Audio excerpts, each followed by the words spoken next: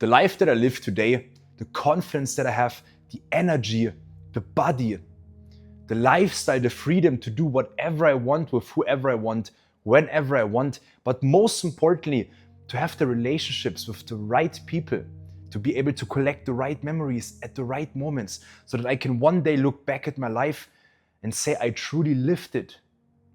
This life that I live today, this wasn't always the case. And the truth is, the most important decision that I made in my life and the most important decision that you can make in your life is to decide what you want to think about yourself.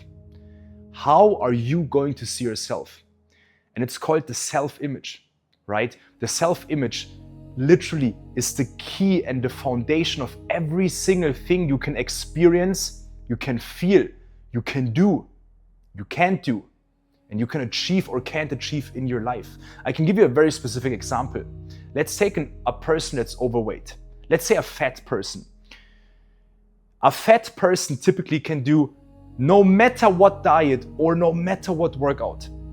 That fat person is always gonna find a way to get back to being fat. Why? Because the diet and the workout did not change the self-image, right? He still has that image of being fat. Another example is dating. And what's interesting, by the way, about the self-image is that it's not just about what you directly think about yourself, it's also about what you think about something else or other things, because they direct to your own belief system.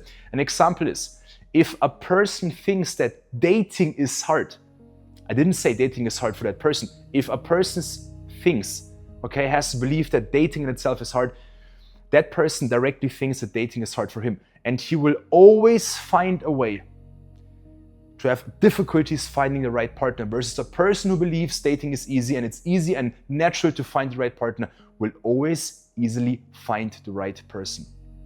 Or in business. How many business owners out there, maybe you're watching this right now, you've made 10 grand a month, you've made 20 grand a month, you've made your money. Some of you didn't make any money, but you tried. But the point is how many of you guys can't go to the next level? It's not because you need a new marketing strategy, trust me, okay? It's not because you need to work harder. It's because you have the self-image of a person that makes 20 grand a month, or you have the self-image of a brokey, of a broke person. And I had that self-image, right? And unless you change what you believe about yourself, you can never ever change the results you get in life. You can't, right? I can give you a very specific example about my life. 9 months ago when I moved to Dubai, I wanted to move to Dubai already a very long time ago, but I couldn't, okay? And I would argue because my self-image was not ready yet, okay? And when I moved to Dubai 9 months ago, when I actually made the decision to move to Dubai, it was very difficult, right? Because I did not have the money to be able to pay for a lifestyle that cost me 15 grand every single month for the lifestyle, the rent, the employees, the staff, the business. I didn't have that. So I was faced with a situation of, I'm not gonna do it, or I'm gonna do it. And here's what I didn't do. Because I made that decision already to move to Dubai. What I didn't do was working very hard. Why? Because for 4 years before, the only thing I did was working my ass off. I worked 16 to 18 hours every single day. And I didn't get to where I wanted to be. And that brought me to the conclusion that hard work is not what's gonna make you successful. Yes, you have to work hard at some point, but it's not hard work that's gonna get you to live your dream life. I can guarantee it.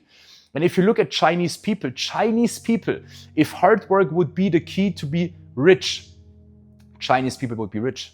Yet most of them aren't. And Chinese people, they put work above family. Maybe you've heard that before. When we look into the US, the hardest workers in the US are Mexican people. They're not the richest, quite the opposite. Okay, so I understood that what got me there to be where I didn't want to be. Okay, of course I made progress because of hard work, because life rewards you in some way or another. But I realized that what got me there is not gonna get me where I really want to be. But what I did instead then is I changed my self-image. I engineered my self-image to believe that I am rich, to believe that it's going to be easy for me to pay 15 grand every month for the lifestyle that I have and that I'm going to have in Dubai, because that's like otherwise almost impossible. And to feel genuinely worthy, not in my mind, because your mind lies, never forget this, but in my heart, to feel genuinely worthy of being rich and having that lifestyle. And my life changed. It wasn't more effort. It wasn't another marketing strategy. It wasn't a new plan that I can follow every single day religiously. No, it was the fact that I worked on my self-image so much that I woke up and believed that I'm the guy. And it was very difficult, because you know what's the problem? While you have to work on your self-image. It's the most important thing you can do in your life. While it's very important, there's a big problem. Let's take affirmations. A lot of you guys, you tried affirmations. I did that, right? When I went into manifestation and changing my limiting beliefs, I tried affirmations, didn't work. Affirmations don't work for 99.99999% of the people. Why? Because if affirmation would really work, then all these crystal girls that say, you just gotta manifest your dream life, you just gotta believe in it and do the affirmations, they wouldn't live in a basement and be broke, right? So why do affirmations not work? Because if you say I'm rich and you don't change your self-image at the same time, it doesn't do anything but actually prove the opposite. So that's why a lot of times when I did affirmations, my life got worse, okay? So here's what you need to do. There's 3 things you need to do. First is you need to become very good. You need to develop the skill of being able to identify self-limiting beliefs, all right? And that's something that you typically cannot do alone, right? Because even I had help from my mentors. Like, let's say I would speak to them and they would tell me, hey, Stefan, this is actually a limiting belief. I would not believe that.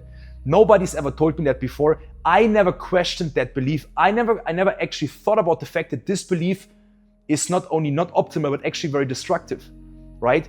So because of this, I became very good in spotting limiting beliefs. And you can do the same, right? And once you spot a limiting belief, it's very important that you now can identify and set up the ultimate belief. And this is very important because what most people do wrong when they even write affirmations or about their goals, being rich, I want to be rich is not a goal, because the guy on the street, the beggar, has the same goal. It is a wish, okay? And wishes don't transform the self-image, but beliefs do, if they are formulated right and they automatically lead to the outcome you want. Because it's not necessarily the belief, it's the outcome that you achieve of the belief. And here's the 3rd step, very important, the most important thing you can ever do in your life. You must then set up the easiest action to take, to confirm and prove that new belief. And then it's going to become part of your identity, right? Why did I say the easiest? Because first of all, I don't mean easy. Things are not easy oftentimes when they're worth doing, but it's going to be the easiest set of action, because if it's a complicated set of actions, you will not change your self-belief. One simple example, let's say you want to be rich. If you set up the belief that you are rich in whatever way that suits you and that works for your life, okay? But you make it dependent on different things. I am so rich and this and this and this and this. It's not going to happen, because it's going to be this and this and this being a reality to then prove the fact that you're rich. So that's why it's got to be easy set of actions that lead to you changing your self-belief. And I've done that. And that's the reason why I don't only have the body that I'm very proud of, why I have the health that I'm very proud of, where I was almost dying from an epileptic seizure years ago and I was in the hospital for way too long. But I have the relationships. I'm together with my wife for 9 years.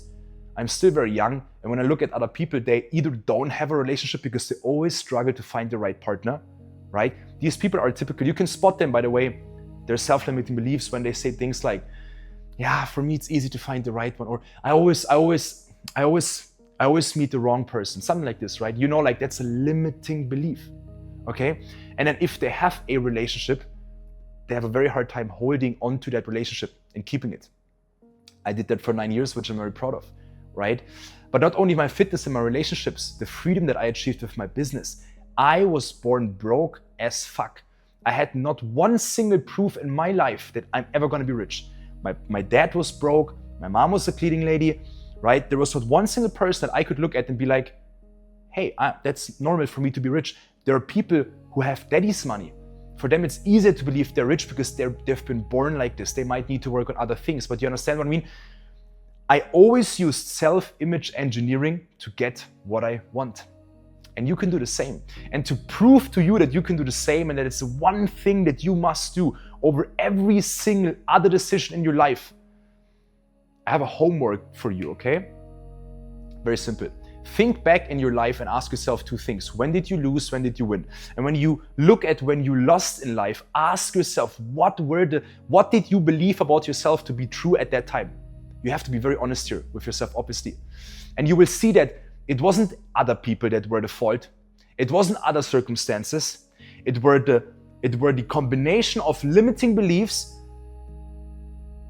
that destroyed your results. It was your mind sabotaging you. Your mind betrayed you. Your mind was the reason why you did not get what you want. But there were times when you won. And you won in ways where other people struggle. Maybe you won in your relationships and you look at other people and they struggle in their relationships. Maybe you won in fitness and other people struggle with fitness. Why did you win? Maybe it was sports, whatever. Why did you win? Because you had a set of beliefs that together created your self-image, and it was impossible for you to lose. And it was effortless. It was natural. You were not lazy because you never can. Action is the key to everything, but it was effortless. Right? And every single time when I look back at my life and I look at when did I really achieve something? Oftentimes after failing and trying hard, it was when I focused on engineering my self-image to feel in my heart that I'm worthy of being that guy and having that life. And that's why I'm here in Dubai, that's why I live this life. That not all of you guys want, that's for sure, but I wanted, and that's the point. I wanted things and I got them because I engineered my self-image. And you can do the same. So let me know in the comments, when was the time when you won or lost? And you can now with this message look back and say, these were the set of beliefs you had. Maybe you will also see that because your dad always said, rich people are bad people. Maybe that's why you didn't get rich, because you thought, because you're a good person, you can't be rich. Same with fitness. Same with your relationships. Same with having freedom. Let me know in the comments, guys, and God bless.